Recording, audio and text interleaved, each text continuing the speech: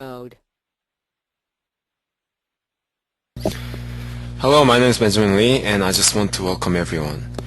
It is now 1 p.m., so we'll begin our presentation shortly. Today on November 2nd, we'll have our presentation on planning in a dangerous time.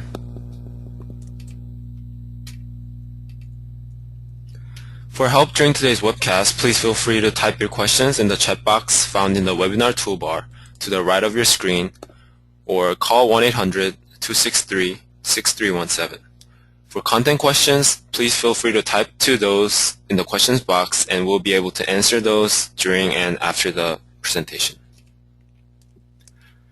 Here is a list of the sponsoring chapters, divisions, and universities. I would like to thank all of the participating chapters, divisions, and universities for making these webcasts possible. These are the upcoming webcasts. To register for these upcoming webcasts, please visit utahapa.org/webcast and register for your webcast of choice. We're now offering distance education webcasts to help you get your ethics or law credits before the end of the year. These webcasts are available to view at utahapa.org webcast archive. To log your distance education CM credits, go to planning.org/CM. Select Activities by Provider, select APA Ohio chapter, and then select Distance Education and select your webcast of choice. Follow us on Twitter at Planning Webcast or like us on Facebook, Planning Webcast Series, to receive up-to-date information on the Planning Webcast Series sponsored by chapters, divisions, and universities. We also upload the previous presentations on YouTube. Subscribe us on Planning Webcast.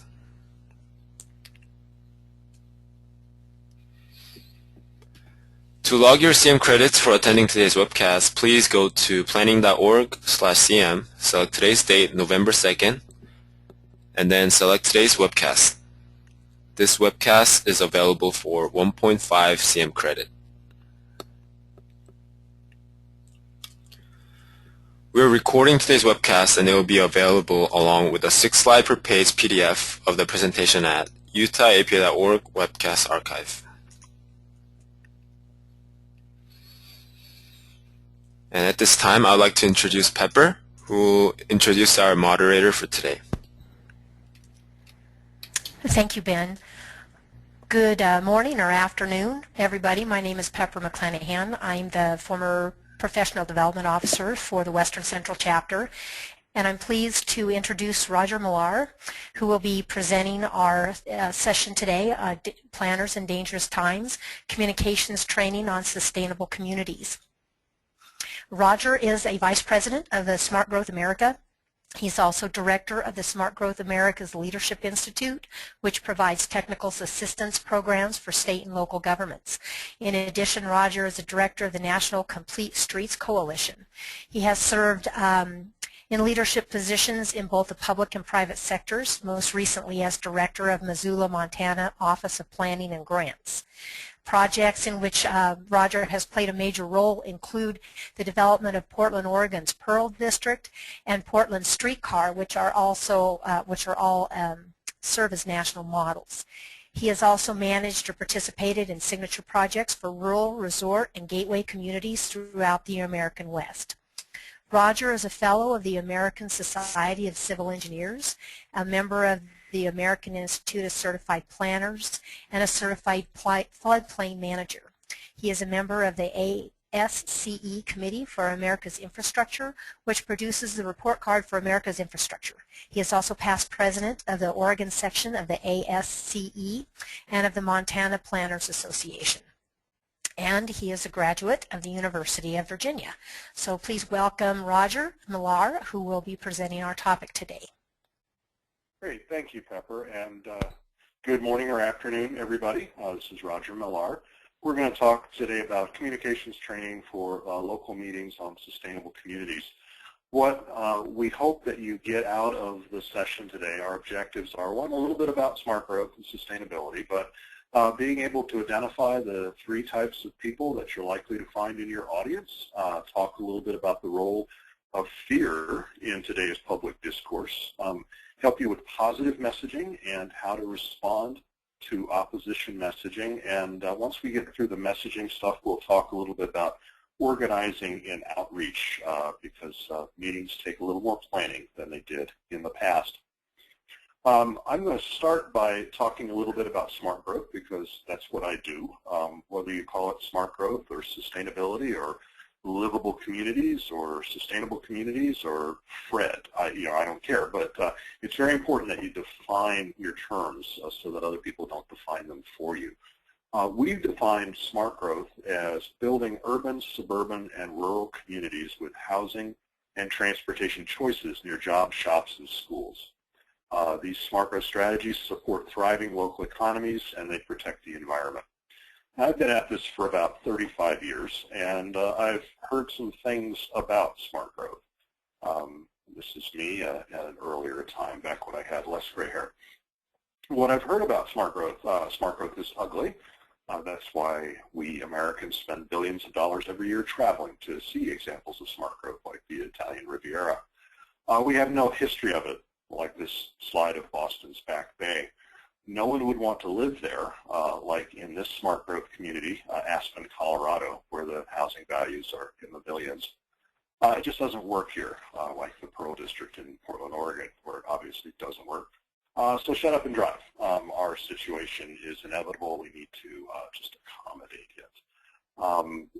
Trend is not destiny. We're all planners, I assume, on this webinar, and Liz Mumford said trend is not destiny, but there are some trends that we need to pay attention to.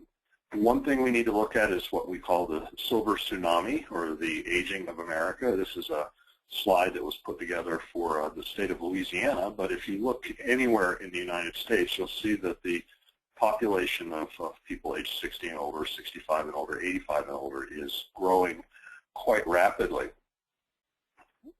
Our household projections, looking at the composition of households around the country in 1960, back in Ozzie and Harriet's era, half of our households had children.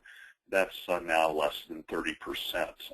The number of households that are single are about the same, or will be about the same, as the number of households that have children in them. And what that means is because we're living longer, we're making lifestyle choices, but what that means in terms of housing supply, when you look at the attached housing we have, the small lot single-family housing we have, the large lot single-family housing we have, we're going to need a lot more, or the real estate industry, the development community believes we're going to need a lot more attached housing and a lot more small lot single-family housing, 56 million more units in the United States over the next several years, but that we have 22 million large lot single-family homes in excess of future demand. They are surplus, and so that's a trend we need to pay strong attention to as we talk about sustainable communities.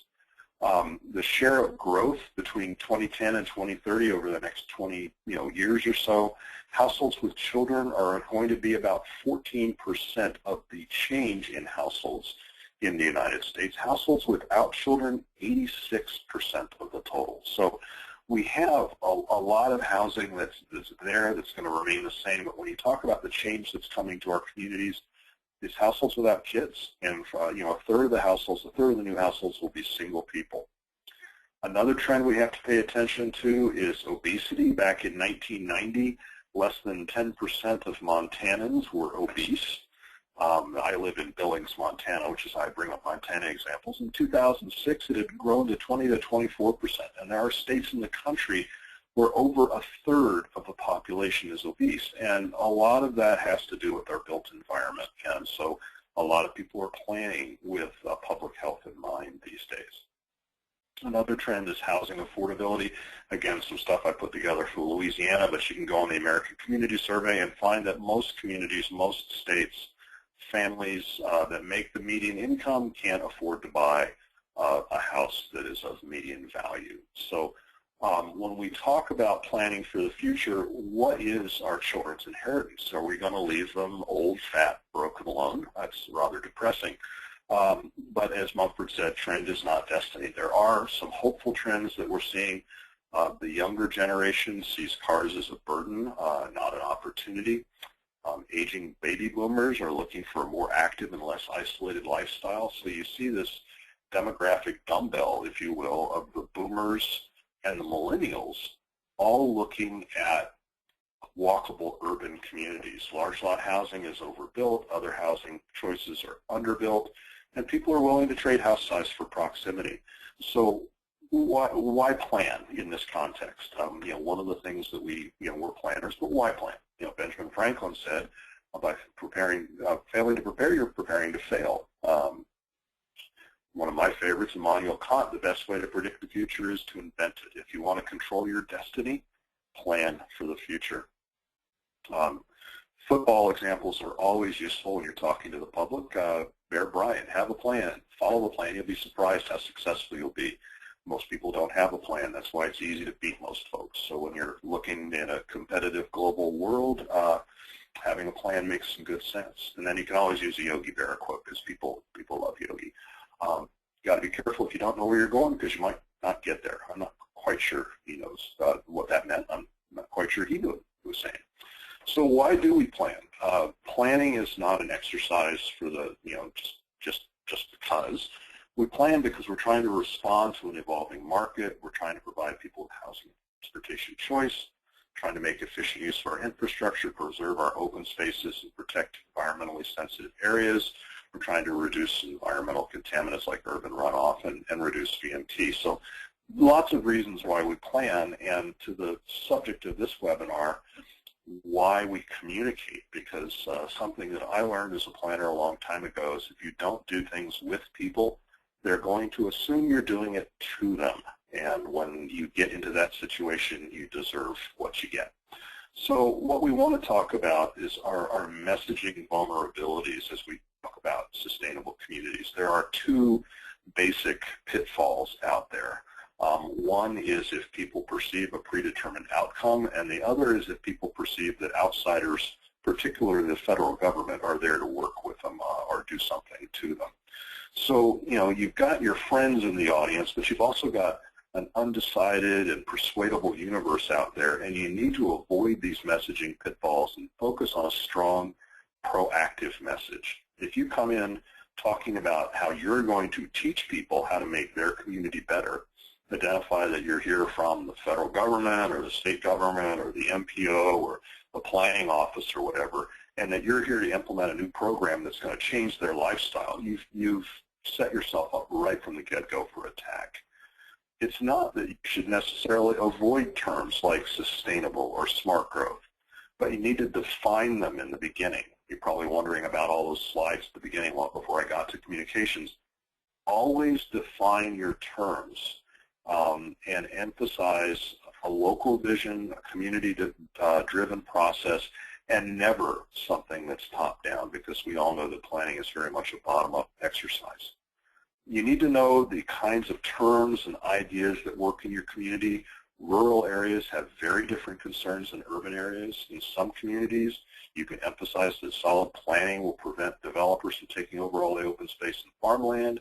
In other communities, the message is going to be all about jobs and the economy. In some places, talking about a regional sustainable plans raise eyebrows and make people nervous. So you need to know what works in your area and present your findings, present your vision, present your ideas in a language that works for your audience. When you're out there communicating in our public realm, there are three kinds of people when it comes to sustainable communities. You've got the friendly people. You want them to be a part of your project. You want to actively engage them, have them be involved in making the project happen. We'll talk about them and organizing them later. But secondly, we want to talk a little bit about the undecideds, the people in the middle, the ones that you need to focus on with your message because they are persuadable. And last, the third type, our favorite, the hardcore opposition. You need the friendly people to connect with your hardcore opposition. You need to not worry about trying to bring them around to your side. You're going to waste your energy trying to convince somebody that's hardcore opposed to what you're doing that they're wrong and you're right. You're wasting your time. What you do need to focus on with these people is deflating their opposition, not letting them take over your meetings, and working with them privately if you can. So let's talk about the undecided. The undecided are the folks in the middle. They're the people you really need to focus on with your message. You know, you've got the folks that are with you, you need to keep them with you, but these folks in the middle who are going to, they're the ones that are going to make the decision. They may be elected officials, they may be engaged community members, they may be others. You need to be talking with them, calming any fears that they have, responding to their questions, and you need to get your message to this undecided population first before our third type has a chance to, because once the opposition is defined you, you're really in a much tougher place than you would be otherwise. Some people, these undecideds, they're in the process, they're smart, they get it, and they're going to pick your project apart if it appears to be a predetermined conclusion. You know, if you're from the government here to help them. Organized groups will show up your meetings and they'll make themselves heard. They're calm people, generally with legitimate sounding concerns. And if these undecided organized people want to have a constructive conversation about their concerns, they absolutely have a right to be listened to and addressed. These are the folks that you need to persuade, the folks in the middle. I want to talk a little bit about the role of fear in today's discourse. You know, we're living in challenging economic times. We're living in a polarized country. There are people that are afraid. There's a guy named Frank Lutz who's just an incredible wordsmith. He's paid by politicians and the private sector to do focus groups and give messaging advice. And you know, he says that 80% of our life is emotion and only about 20% is intellect. I'm much more interested in how you feel than what you think. So he's advised people on, you know, changing things from global warming to climate change was one of his ideas.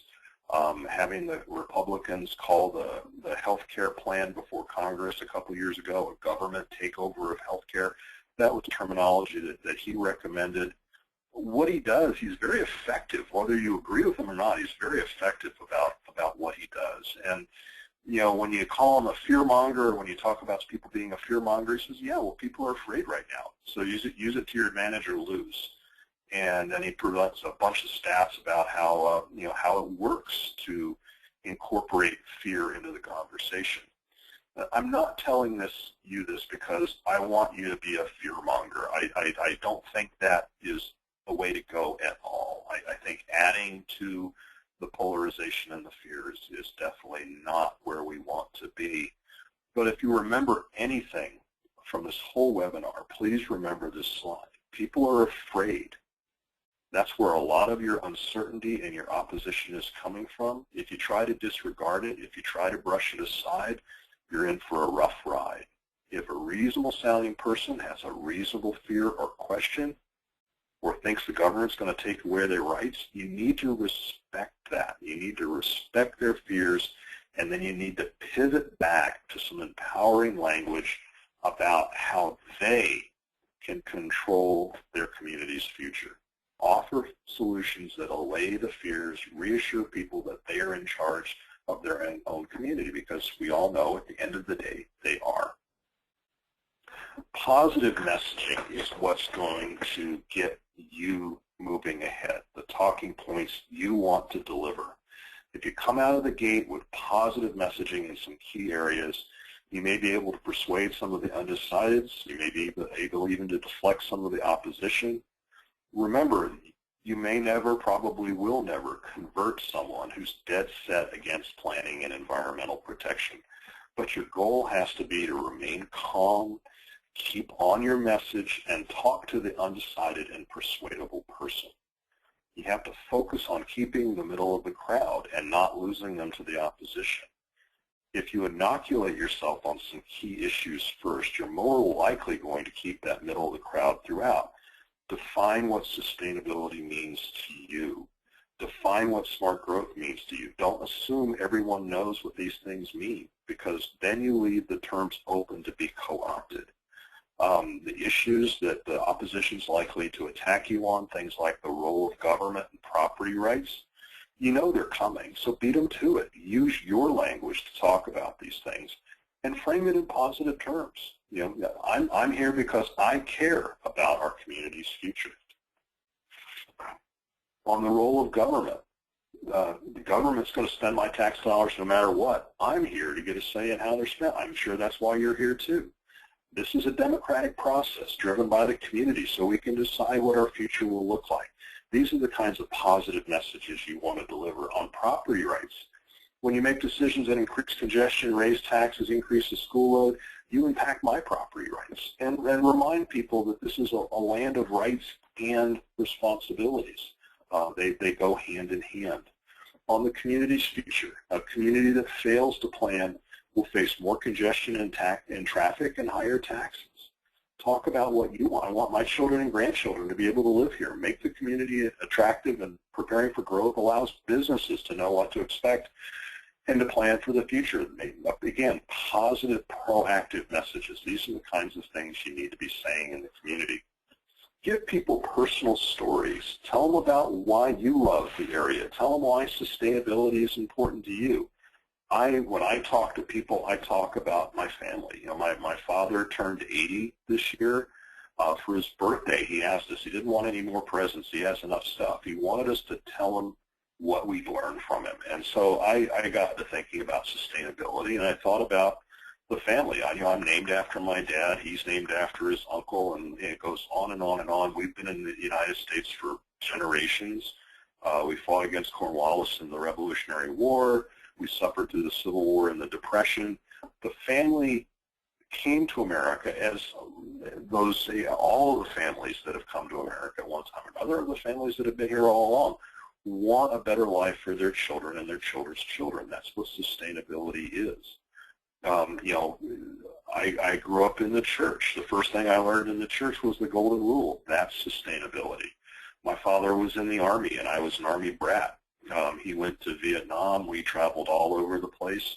It wasn't a particularly glamorous lifestyle. It was a hard life, and you know, he could have made a lot more money and been around his children a lot more. And I asked him about that one time. He said it was an honor and a privilege to do his part to make the world a better place, and that's sustainability. My two brothers and I are Eagle Scouts. We learned in scouting that citizenship and conservation are not mutually exclusive values, but they're integrated into something that makes us special, which is sustainability again. So bring the reasons why you care to the forefront, and engage the people who are your friendlies in talking about why they love the community and why this planning effort is going to make the place that they love a better place. Now, there are some people out there that are only interested in disrupting the process, and if you've been involved in planning, if you've been to your share of public meetings, you run into them from time to time, and they're out there more and more often. What is the opposition out there to sustainable communities? There is some organized opposition. There is some money at a national level that's being fed into opposing sustainable communities. A lot of the money comes through the John Birch Society. Believe it or not, they're still around and more powerful than ever. I was recently at the National Conference of State Legislators, and in the trade show area, the John Birch Society had a booth, and they were peddling their stuff. The American Policy Center, a guy named Tom DeWeese, is out there opposed to us. The Anti-Planner, the Freedom 21, they're all out there, and the idea is that there's this thing called Agenda 21, and it's a worldwide conspiracy of the United Nations and the good folks at ICLEI to take your property away from you and herd you into smart growth concentration camps and all the rest of this stuff. They're against planning, they're against anything green, they're against facilitated meetings. Believe it or not, going in and suggesting that we facilitate a meeting and break up into groups and things like that, there are people that are opposed to the meeting process. They're opposed to conservation easements and preservation. They see consensus as a dirty word. There are folks out there who are organized to be against you if you're in this sustainable communities movement. Their opposition, the message is that United Nations Agenda 21 or the world order is out there. They talk about the 3 E's or the 3-legged stool, environment and equity and the economy, that climate change is a hoax, that the government's coming to take your land away, that we're all in this social engineering action. We're not always in a situation where we can simply deliver our points and win over believers. There's plenty of opposition out there, and how do we deal with this?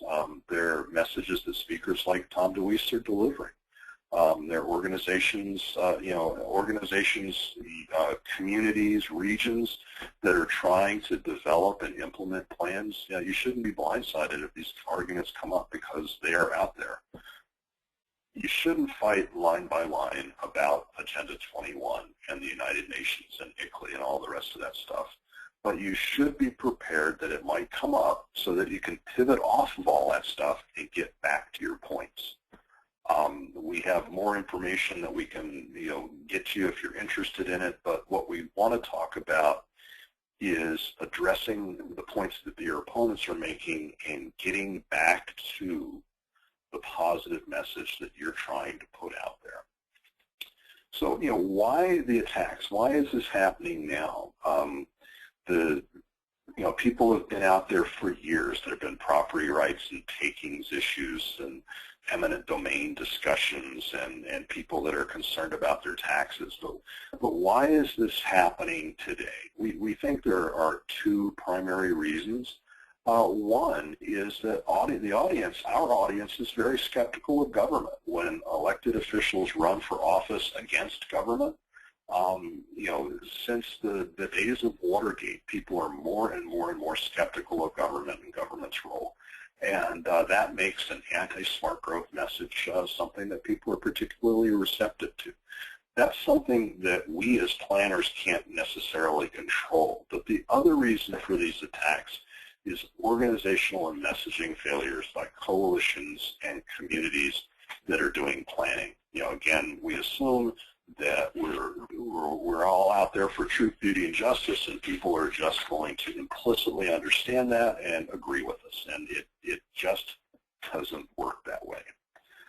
So when we talk about anticipating the opposition, we use this, we call it the opposition box, to brainstorm the tough questions and plan our responses. This box looks a little like a tennis court, and it looks like that on purpose. The top 2 boxes are for the opposition.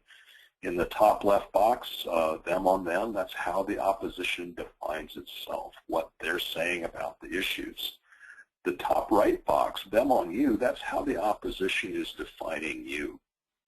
And if this is where the conversation or debate is happening, then you're not controlling the conversation, and you're likely losing or you're getting very little traction on your issue. Do not play the game in their area. Transition it to your areas. The bottom left box is where you list all the things that you say about the opposition. This is where this is a box you can use to pull a conversation over to your messages. And then the bottom right box is you defining you. If you're conversing down here, if this is where the conversation is, then you're controlling the conversation and likely winning or getting some traction to move forward. So when you're engaging with the opposition, it's always important to pivot back to where you are defining yourself and your goals on your terms. Your goal is to take charge of the conversation, not to win or persuade that you're right or they're wrong, but you want to get out of the narrow frame that they're attempting to put you in and tell your story on your terms so that the people that are with you and the people that can be convinced that what we're doing is a good thing can move the process, move it forward. That's where your main message should be. There's their criticism of you, there's their main message, and your response to get back to your main message, which is where you want, again, you want the conversation to be. So the opposition, when they come in, they're here to stick up to their property rights and maintain their freedoms. They're here to be able to live the lifestyle I want without anyone coming and telling me how to change, how I have to change to meet their big ideals. Probably heard something like that before. You need, the other thing they talk about is, you want to change zoning to take away my property rights so it'll be impossible for me to sell my land. Government has no place. This is them defining you. This is an illegitimate process driven by socialists, the UN. If that's where the debate is, again, you're going to lose. Pivoting. Property rights is an issue. We can use this process to make decisions to protect our property rights and control our destiny. One of the things that we find a very effective message when you're talking about planning, it's about choice and controlling your destiny, controlling where the community is going to go. The economy, this will help our businesses and our economy. Disrupting this process means that others don't get the freedom to participate.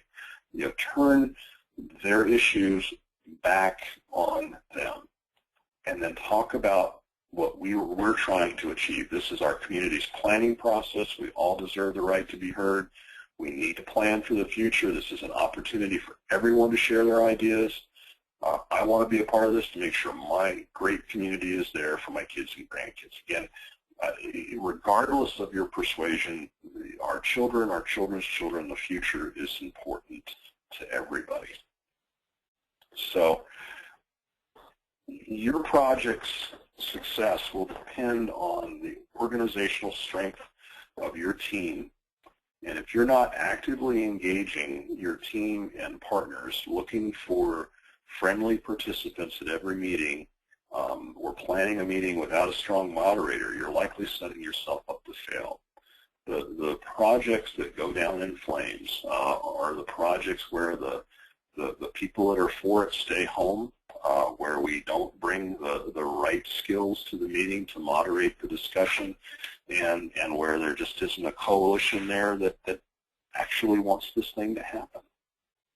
So we've wrapped up the messaging stuff, and we want to talk a little bit now about how to organize a meeting that'll minimize conflict and have the best chance for success. We're going to give you some ideas for organizing an outreach as well as planning for conflict. When we talk about this, you need to develop working groups for your project.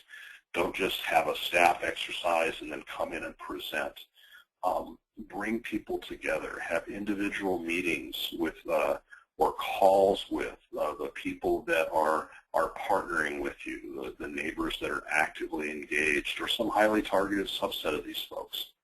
Use the meetings and calls to hear from them about what they're thinking, what their concerns are. Engage your audience in your meeting. Offer resources and ideas and materials to your partners. One of the things that I found in my career is if you start a planning process with information and resources and ideas and materials that people can use and talk about, instead of starting with the ask, you're going to have a lot more success. And make sure when you're organizing that there's one point of contact that people can reach out to. Even if that person doesn't have the answers to all the questions, they should be able to pass the information around and get back to the people that you're working with. If you have lots of people speaking for you, you're going to lose clarity. That's going to be a problem going forward. You really need to think before the meeting. You've done all this great technical work, you've done all this great planning work. Running a meeting is a professional exercise as well. You need to think about what's the venue, where am I meeting, what are the strengths and the weaknesses of the place, and think beyond, is there a door I can run out of, or where do I park my car so it doesn't get vandalized. But how does it work? Is it a good place for breakouts? Is it a good place? Can I get people around the table rather than me up front and everybody shouting at me? So what's the venue? What's the format of the meeting? Is it an open house? Are we going to break into groups? Is it a formal public hearing? Who's going to be there? Who do I know is going to show up because they're hardcore opposition? Who are the undecideds? Who are the people that are likely to be favorable and engaged in this process? How do I get them there too, so that all the sides of the issue are there? And then what are the questions that are going to come up? If you don't sit down and do a 20 tough questions exercise with yourself before the meeting, you're not ready. And thinking on the fly is not the best way to do it. So in planning for conflict, we use the acronym PLAN: prepare, learn, align, negotiate. All planning and community building experiences are going to generate conflict at certain points. It's just the nature of what we do. So despite the common perception that everybody's apathetic, they'd all rather sit at home and watch TV, people are generally pretty passionate about changes that are happening in their backyard and the processes which can affect and shape the future of their communities. So what's most essential is to address these challenges by expecting that they will occur and by being prepared to engage those challenges in a creative and non-confrontational way. So this four-step plan process, I want you to keep in mind, before a meeting, during the meeting, and after engaging in any planning process. So planning for conflict. You need to prepare appropriately. You need to structure a clear agenda. You need to select a strong facilitator or co-facilitators for your project. You need to clarify the purpose of the meeting. Why are we going to meet? Are we disseminating information? Are we looking for input? Are we making a decision? The purpose of the meeting is very important. We're not having a meeting just because. Allow attendees to provide input beforehand. That gives you an opportunity to get some great ideas, and also gives you an opportunity to anticipate the kind of conflict that might be coming at you. Review the types of conflict that might arise. Reflect on your own attitude and your reactions around the conflict. The very worst thing that can possibly happen is if the people running the meeting get mad. So think about how you feel, and if you can't be objective and contributing, maybe you need somebody else to do the meeting for you. And think about techniques that you're going to use to address potential challenges that are coming in. Learn about the attendees and listen for potential conflicts. That's the second part of planning for conflict. Speak with participants beforehand if it's possible, or circulate a survey beforehand if it's possible. Clarify expectations and agreements by listing outcomes for the meeting itself, as well as group agreements about behavior. Surface dissenting opinions, but don't let them become the focus of the meeting. The third thing you need to do is align with others. Planning a strategy that keeps focused on the agenda, and developing an approach and some roles for the different people at the meeting for addressing and redirecting conflicts, and then negotiating with those who might raise concerns as surface conflicts. Structure a process for people to share their ideas one by one. Create small groups or pairs to discuss particular concerns. Legitimize concerns. That's a real good point, and we need to have a meeting on that, but we're not going to do that now. Defer that to another meeting. Have the whole group stop and write down concerns or vote on the next steps. Those are techniques that you might want to consider. Breaking into groups, having people write down thoughts, telling people they can host their own meeting if they don't want to participate productively in yours. Those are things you can do. If someone begins talking out of turn or interrupting someone who's talking, you want to say things like, we have an agreement that people talk one at a time and are recognized by the facilitator before speaking. If you'd like to say something, we're happy to have you share this during your turn. Or you can try something like, let's break into groups and answer the questions we're currently working with. Write down your ideas. We'll come back to a larger group in a couple minutes. If someone won't stop talking, sometimes you just have to interject after a while. I'm really sorry to interrupt, but in order to have everyone participate and get all the ideas out that we need, I'll have to ask you to stop at this point. Or something like, I'd really like to hear more about what you're saying, but we need to let others speak at this point. Let's talk more about your ideas after the meetings.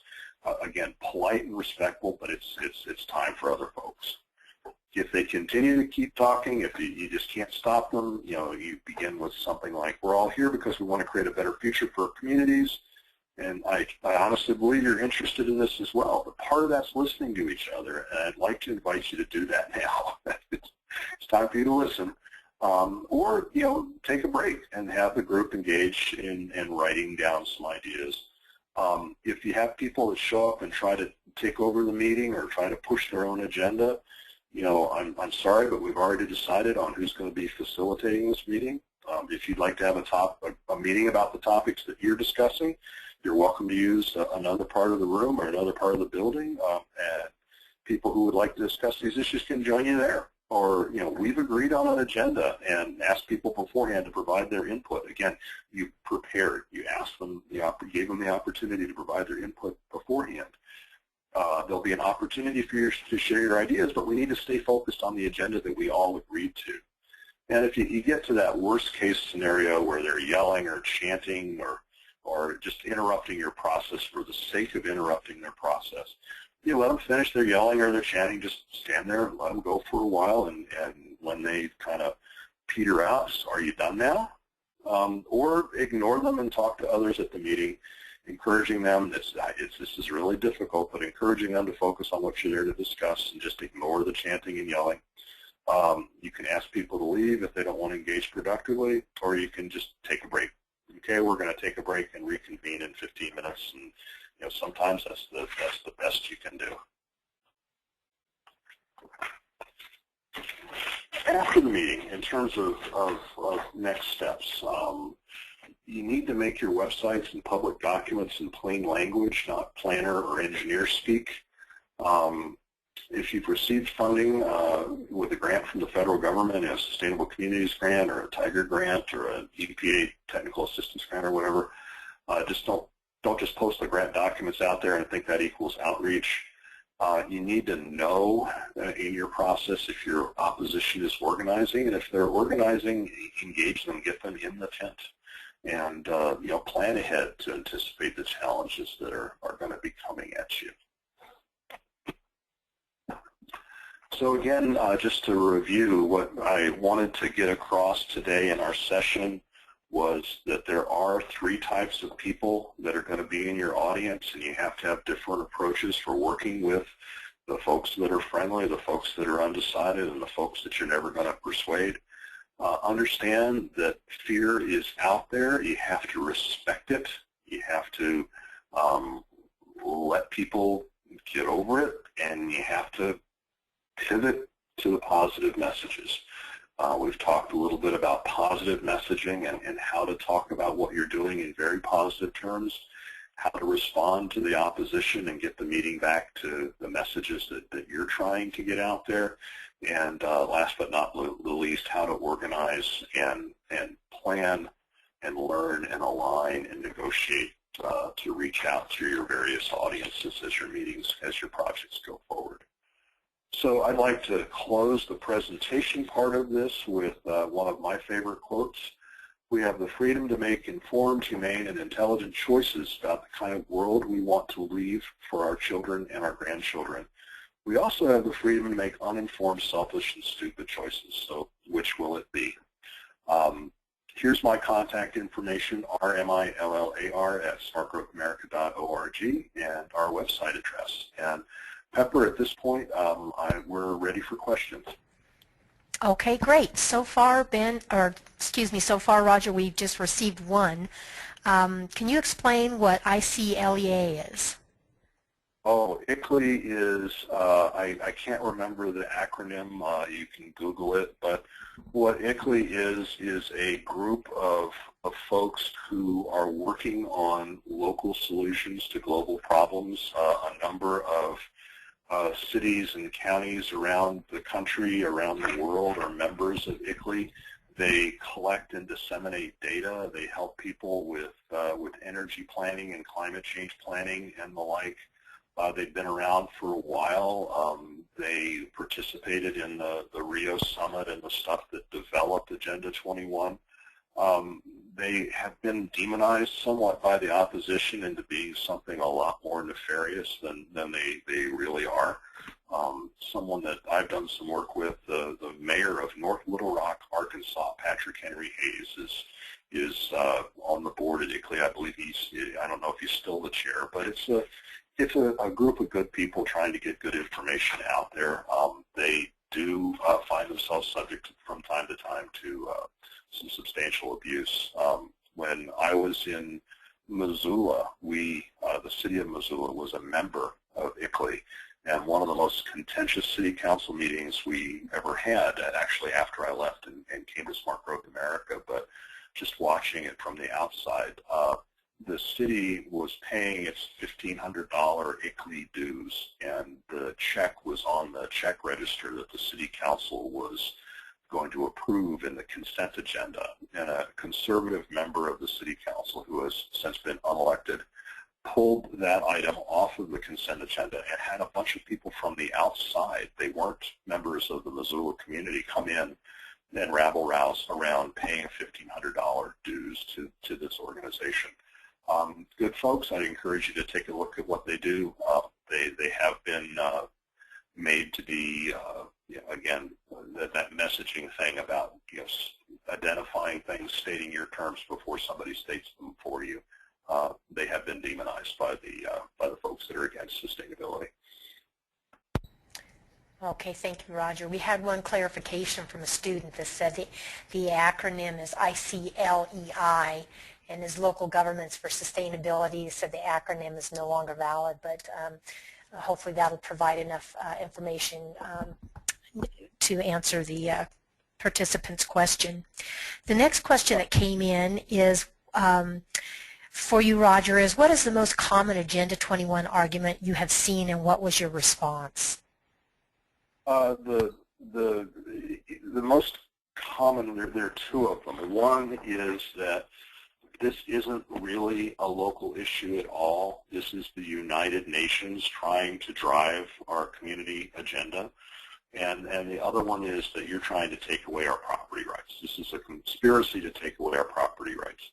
So the notion that there is some large Big Brother United Nations conspiracy to change the zoning code of Missoula, Montana, or New York City, okay, the United Nations is out there, Agenda 21 is out there.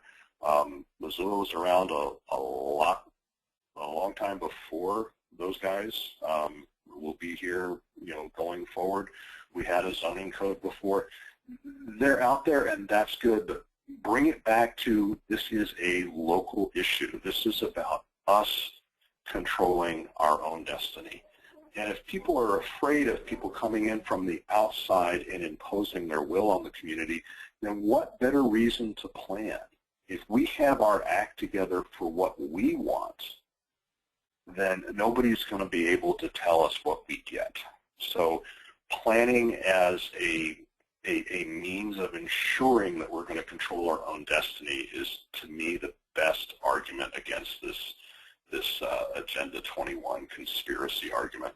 The property rights thing is an old one, and again, you get into the notion of rights and responsibilities and all the stuff that we've addressed as planners about property rights going back forever, that we're talking about the public's health, safety, and welfare, and again, personalize it. I own property too. I have a house. I own a car. I understand where you're coming from, but as an owner of property, I have responsibilities to my neighbors, and my rights and any property owner's rights don't begin with when they've chosen to develop their property. The neighbors have rights too, and we've all got to get along and bring it back to that. Great, Roger. I like the next question from a participant. Do you have a list, either in a Word document for download, of those various responses you use to pivot meetings and to stay on track? I think we all love to share scripts, so to speak, and to be able to borrow from each other's tried and true scripts that we know work in various situations. So do you have such a list, or would you be willing to put one together? Well, the webinar that we just did will be on the website next week, I believe Ben said, and we do have information, more detailed information that we provide to folks. You can see my email address there. Send me an email requesting the information. I'd be happy to send it to you. Great, thank you, Roger. The next question is, how do you get a positive message out of your state legislators when Agenda 21 legislation is introduced as a House bill against smart growth? You know, that's a case where your opposition has already defined you, and you're really in a world of hurt. I think I've watched what's been happening in Alabama and Tennessee and other places, and we're kind of behind the curve on that stuff. I think some of it's going to come back to bite state legislatures and state legislators over time, because there is money available to local governments and regional governments to do great stuff that may, you know, local communities may not be able to accept because of some of the language that's out there. But again, I think an awful lot of what we do as planners is done at the local level, and a resolution or something like that is just that. I focus on making good things happen on the ground, and as a planner working in my community, and then as a citizen, I focus on getting the kind of state legislators that I like to see at the legislature, and maybe the dialogue changes over time. Great, thank you, Roger. The next question is, if you have examples of how to explain smart growth plannerese into plain talk, a few more specifics than perhaps you've provided so far in your discussion. Sure, and I would recommend, if you're interested in good language on smart growth, our website has a ton of it. We've got all the wonky stuff you'd ever want. We've also got it in pretty plain English. One of the things that we did when we were kind of rebranding, we went from kind of the think tanky group to a more of an advocacy and technical assistance organization. But we chose to define smart growth. And smart growth is strategies that provide housing and transportation choices near jobs, shopping, and schools to help support thriving local economies and protect the environment. We tried to make it very simple there. Another good place for language on smart growth, particularly if you're out in the West, is the Sonoran Institute. Again, you can find Sonoran on the website. They're out of Tucson with offices in Colorado and up in Montana. They just did a really neat video recently called Choices that talks about smart growth and planning from the perspective of the Western community and choice and control of your own destiny. And I'm not just pitching that because I'm in it, although I am, and I'm glad I was. I'm proud of the video. But so is Senator Alan Simpson of Wyoming and conservative county commissioners, and they're talking about this stuff in language that works for them. If you're on the East Coast, Grow Smart Maine has some really, really good stuff. Down in Tennessee, Cumberland region tomorrow. I would encourage you, go to our website, go to other websites. When you go to our website, if you're from a particular region of the country, see if we have local affiliates, local coalition members that are in your state, in your community, and use the messaging that they're using, that they found effective in their part of the country. Great, thanks, Roger. The next question is, do you have any recommendations for getting city staff / elected officials on board with having highly managed and facilitated meetings?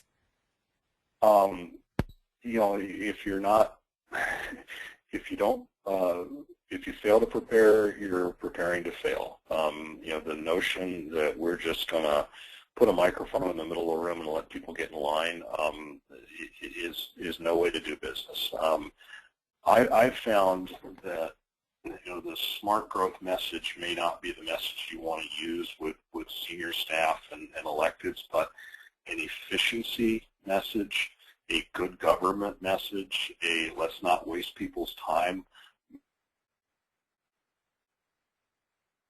There, invite everybody into the room and say, well, now what do you want to do?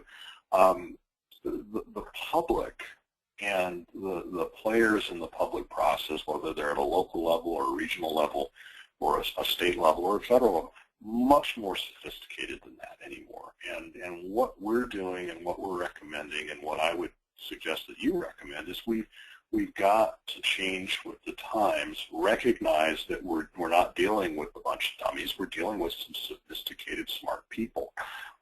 And they expect a professional presentation. They expect that we're going to do this right. Now, all of the things that we talked about in terms of learning and engaging, what we're trying to get to is, like I said at the very beginning, where we're working with people. You don't want a slick show that people perceive as you're doing it to them. Oh, we're just here to learn what you've already decided in some room in the back.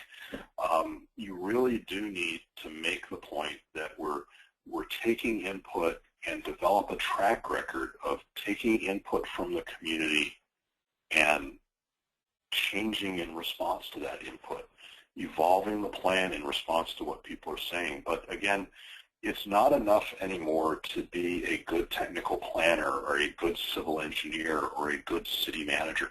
You have to be able to communicate effectively with your constituents, and that is a learned skill, and there are techniques that work that are not manipulating the process but facilitating public engagement.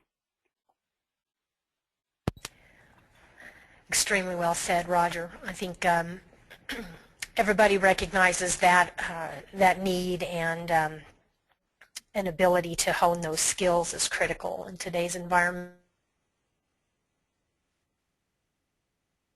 A question from a participant that wondering, didn't President Bush sign off on Agenda 21 with no ties to the United States? Yeah, again, the first President Bush, and we participated in it. Agenda 21 is not a treaty. It's not a rule. It's not an order. And if it was, how effective is the United Nations at making things happen? A protocol is an agreement that the nations of the world, the nations of the United Nations, will work together as sovereign nations to solve problems that extend beyond their borders. That's not a bad thing. But in Agenda 21, if you read it, and regardless, countries have their own powers. They're sovereign states, and we decide how we're going to do things our way. The United Nations doesn't dictate anything. The United Nations provides technical assistance. The United Nations provides a format for communication. The United Nations provides a forum for communication. But it is a problem. These are issues that we're going to solve locally. And that's why we're so engaged at a local level. We try to provide, through our organization, vocabulary and technical skills and information that people can use to make decisions at a local level. Agenda 21 is Agenda 21. It's no bigger or smaller than it is. Nice, go look at it. When people bring that up, I don't try to defend it. I don't try to say it was W's dad that did it, or I don't worry about that. I say, okay, that's nice. Let's talk about what's important to us and bring it back to controlling our destiny at a local level. You're not going to debate the world. We're not going to solve all the world's problems here tonight, folks. So let's not even try. Let's worry about us and what we're going to be when we grow up. Great response. Roger, we've, let's see, do we have somebody else post a couple more? No, we haven't had any more questions posted. I'll just give the participants a minute or so here to post up any more questions that they may have. In the meantime, I'll run through a couple of the housekeeping items for you. Again, go to planning.org to post your credits for this class. Search by the date and then by the course title.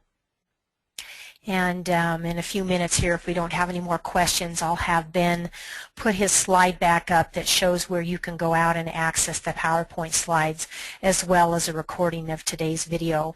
Ben updated me that the posting up on the Utah APA website is not being done at this point, and that there are other forums where those are posted. So any other questions from the participants?